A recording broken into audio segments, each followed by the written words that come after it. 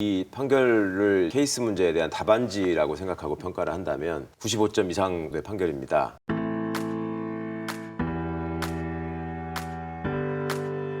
기존의 법리와 판례에 비춰볼 때는 가장 교과서적인 해석을 했다. 한국의 성폭력을 처벌하는 구조가, 그다음에 기본적인 마인드가 완전히 억압당해가지고 도저히 저항할 수 없는 상황에서 당했다. 이렇게 하는 상황에서만 형사법상 성범죄로 성립되는 그런 이론이 있었기 때문에 그런 점을 나름 이제 재판부가 최선을 다해서 설명하고자 했고, 그럼에도 불구하고 강제추행의 법리가 판례를 통해서 발전했듯이 이런 사안에 있어서는 시대상의 변화나 이런 것들을 충분히 좀 고려할 수 있었는데도 불구하고 그러지 못한 아쉬움은 있다.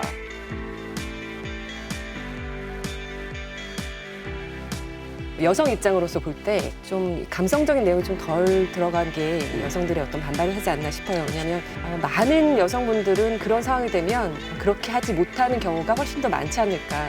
제가 그 입장이라도 저는 몇 년 전 옛날이었다면 그냥 아무 말 못하고 있다가 나중에 어떤 상황이 생기면 터뜨릴 수밖에 없을 것 같은 입장이어서 위력에 대한 부분을 해석하는 데 있어서는 좀 아쉬움이 제 개인적으로는 굉장히 컸습니다. 그러니까 이제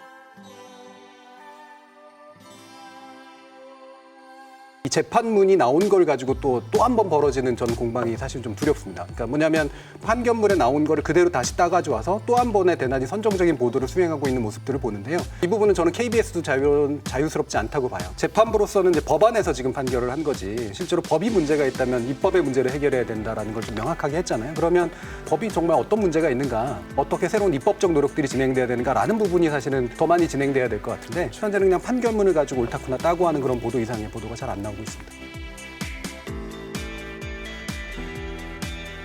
이 사건을 최초로 보도한 JTBC나 손석희 사장에 대한 평가는 우리가 어떻게 해야 되는지 문득 궁금해집니다.